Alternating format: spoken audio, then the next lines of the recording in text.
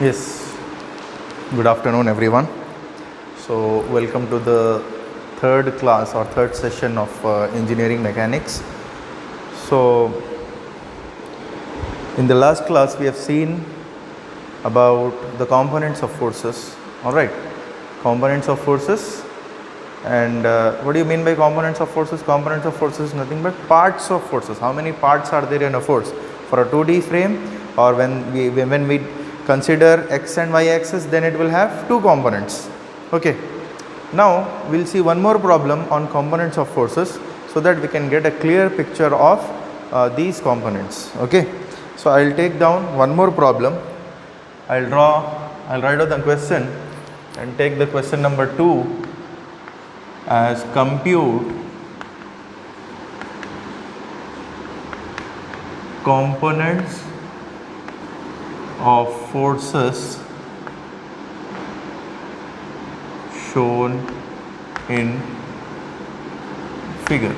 Okay, so now I'll draw the figure. We have a vertical y-axis, then we have x-axis. Okay, then we have one force which is in first quadrant. This is x, y. We have one force which is going in exactly in first quadrant. Okay, and the intensity of this force is 65 newtons, and the angle made by this force with y-axis is 60 degrees, and we have one force which is going along the negative x direction, and this force is 85 newtons. It is not inclined force. It is going exactly in horizontal direction along the x-axis. Okay. Now we have one more inclined force which is in third quadrant. Okay, in third quadrant, and we have,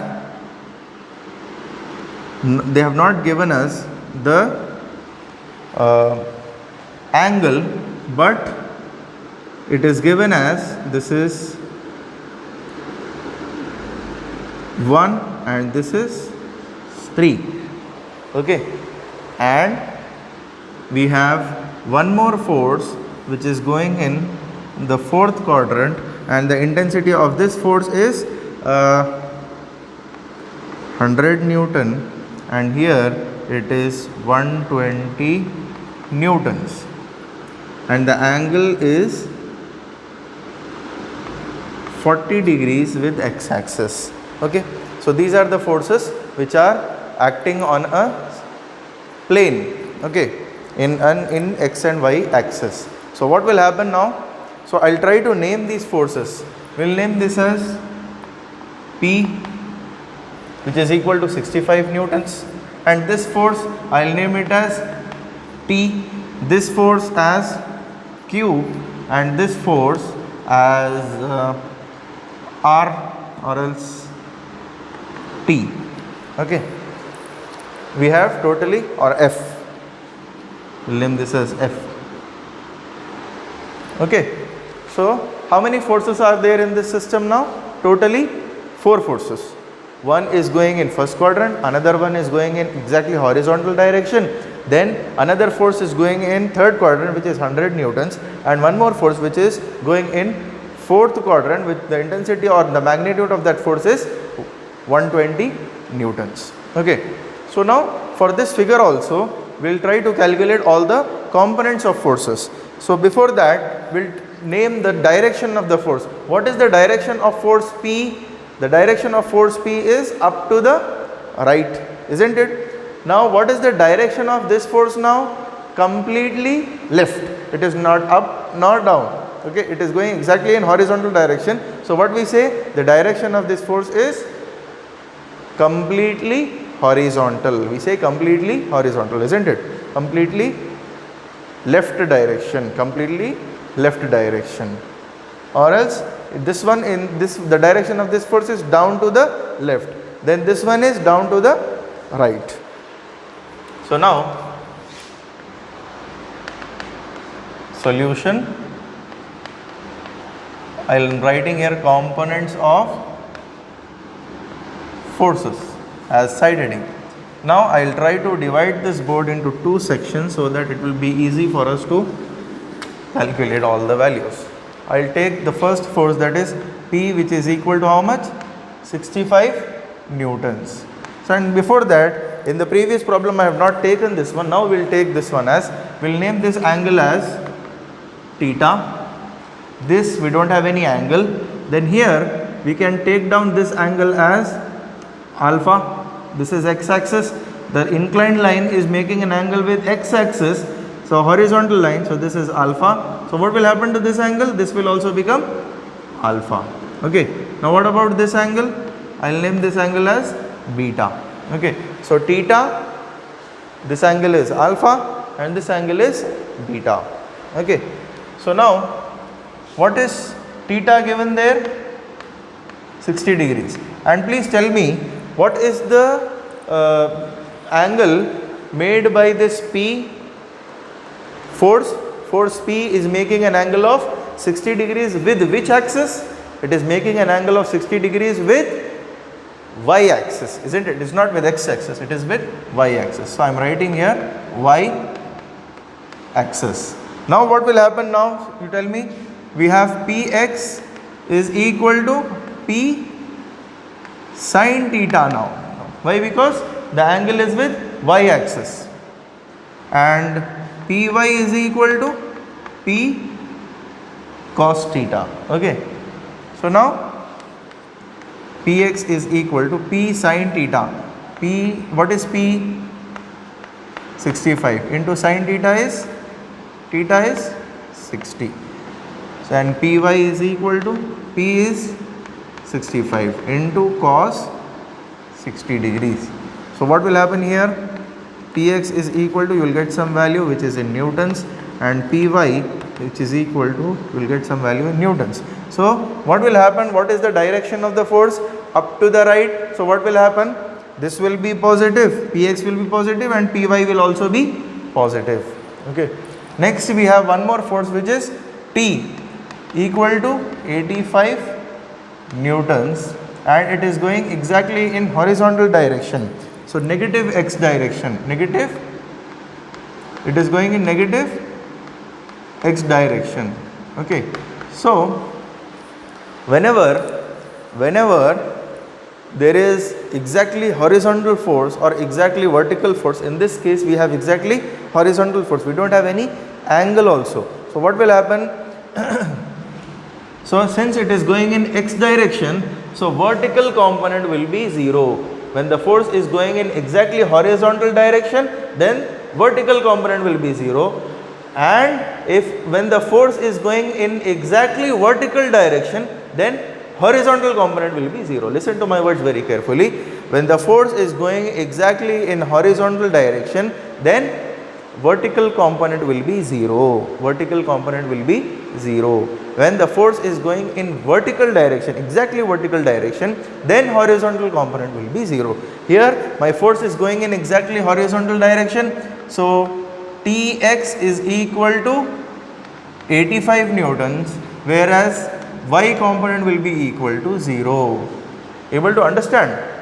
Here we have inclined forces, so the angle is with y axis, so Px is equal to P sin theta, Py is equal to P cos theta.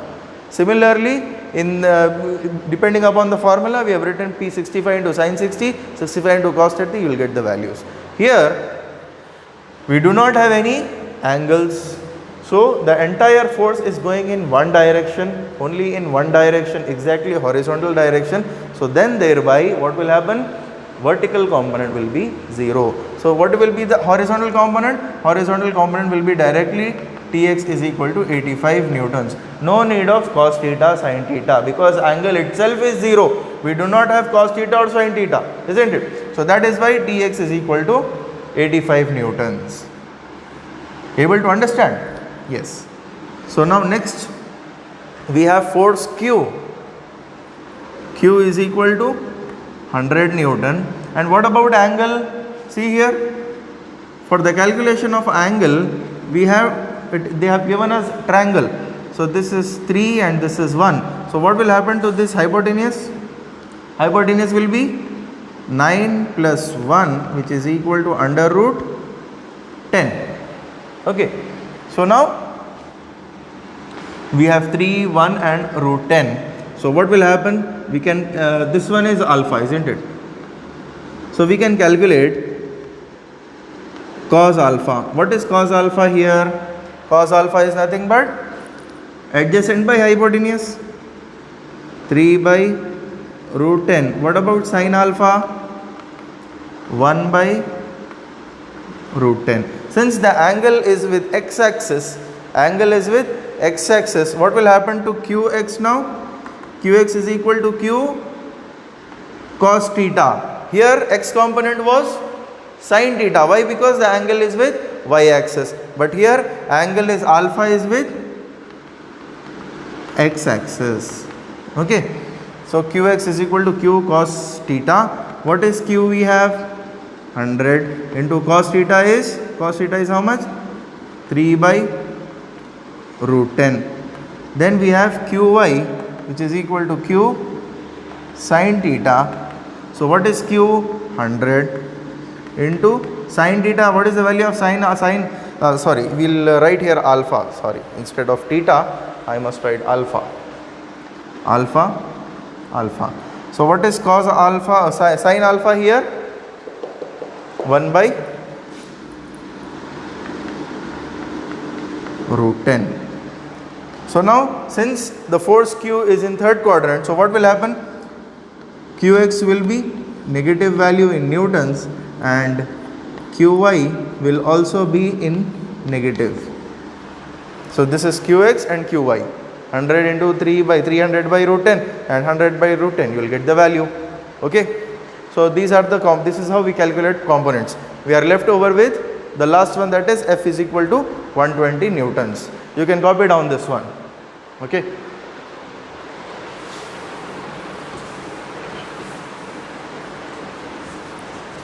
Next we have force F. F is equal to how much? 120 newtons. And what is the angle? Angle is beta, which is equal to 40 degrees, and beta is the beta 120 is the making an angle of 40 degrees with which axis? X axis, isn't it? So if it is making with x axis, what will happen to fx? Fx is equal to f cos beta and fy is equal to f sin beta. Alright. So what is f? 120 into cos 40 and fy is equal to f sin 40. Alright. So instead of f we can write here 120. Okay. So what will happen? Fx is equal to, you will get some value in newtons and fy is equal to some value in newtons. But since it is in fourth quadrant, so fourth quadrant means down to the right. So this will be positive and this will be negative.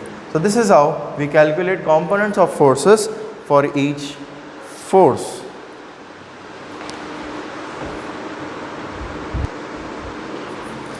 So now we will see resultant of forces. So what do you mean by resultant? Resultant is nothing but result. What is the result we will be getting? Okay. So for example,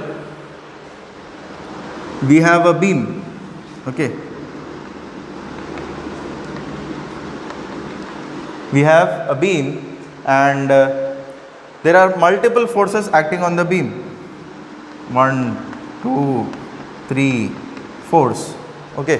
1, 2, 3, 4 forces are acting on the beam. So when so many forces are acting on the beam, what is the resultant? What is happening to the beam? What is the final result? Okay. So what is the result when the forces are acting on the beam? What will happen to the beam? The beam will try to get deflected. So this is nothing but your resultant. Okay. Another example is we have a football. Okay. The football is lying on the ground and somebody came and kicked the ball. So what will happen to the ball? The ball will, somebody will kick the ball like this. So what will happen? The ball will go and fall like this, in this fashion. Alright. So the footballer or the player will kick the ball in such a way that they will apply multiple forces. And what is the resultant? Resultant is, this is the result. The football is going in inclined fashion. Okay, that is nothing but your resultant. Alright. So whenever we have only two forces, suppose for example, one force is P and another force is Q. Okay, and the angle made by these two forces is theta. Okay, and what is this type of force? This type of force is coplanar concurrent forces, isn't it? What do you mean by coplanar concurrent forces? Forces which are lying on the same plane as well as they are meeting at single point, that is here. Okay, so the resultant for this force is given as, resultant is equal to under root P square plus Q square plus 2PQ cos theta. What is the resultant given for these two formulas? These two forces, PQ, P is going in one direction, Q is going in one direction. So what is the result? What will be the result? What will be the final output? The final output will be R, which is equal to under root P square plus Q square plus 2PQ cos theta. Now what is theta? Theta is the angle made by the two forces. Okay. So this is about your resultant.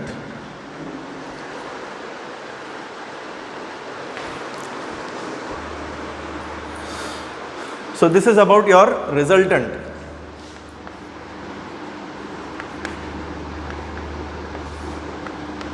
So resultant, we are heading towards the most important topic, that is resultant. Okay, or whatever the components we have calculated, whatever the values we have taken, that is actually for the calculation of resultant only. So that is why one by one, step by step, we are heading towards some important concepts.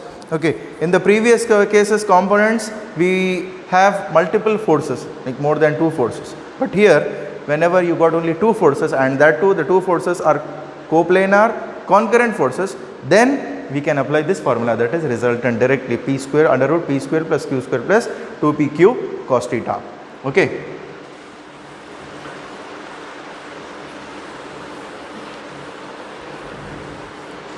So we'll take down one small problem on it so that you can get an idea of it. So this might be question number 3. Okay. Find the resultant of two forces shown in figure. Now the figure is as follows. We have one point, one force is going in this direction, another force is going in this direction. So this P is equal, or else this is 100 Newton and this is 150 Newton, and these two forces are separated by an angle of 60 degrees. This is point O. So we can name these two forces as, so now we have to calculate resultant. So from here I will start the solution. I will name this as P, which is equal to 100, and this one as Q and this one as theta. Okay.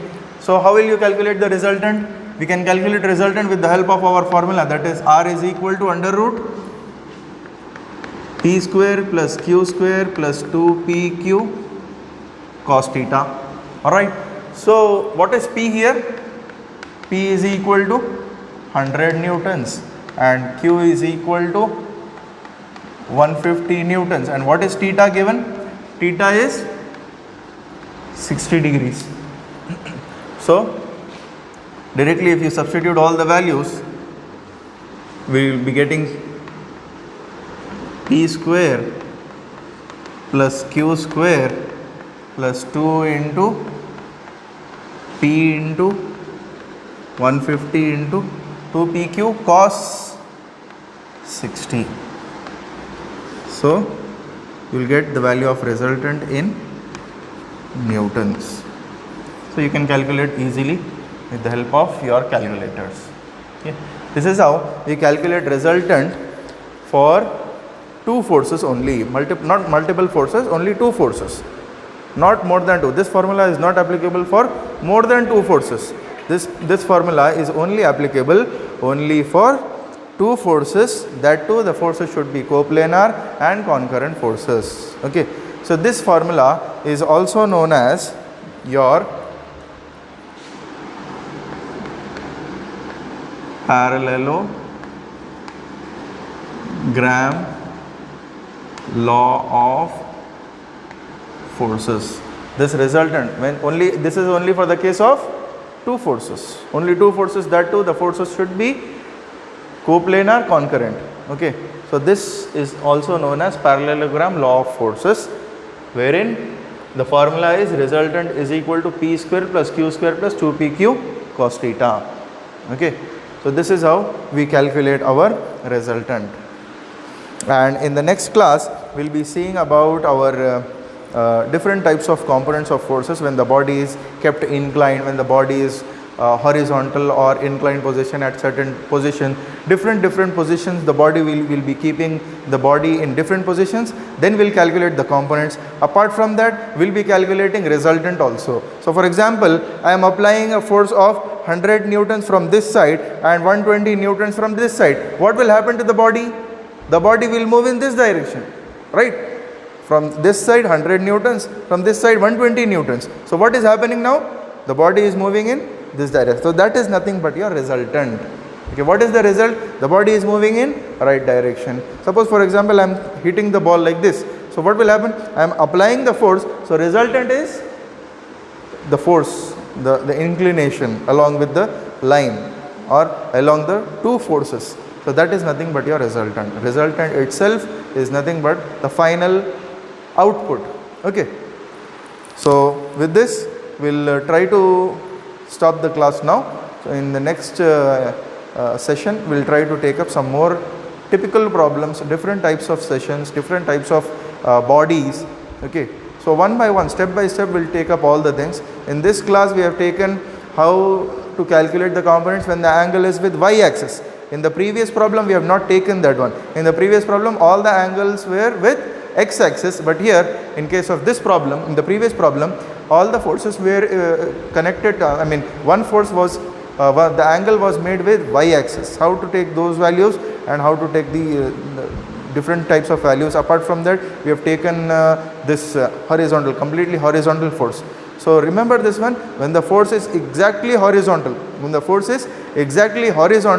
vertical component will be 0, and if the force is exactly vertical, then x component will be 0. Okay. So thank you so much. So we'll take up in the class in the next class will be taken tomorrow and we'll take up new problems. Okay.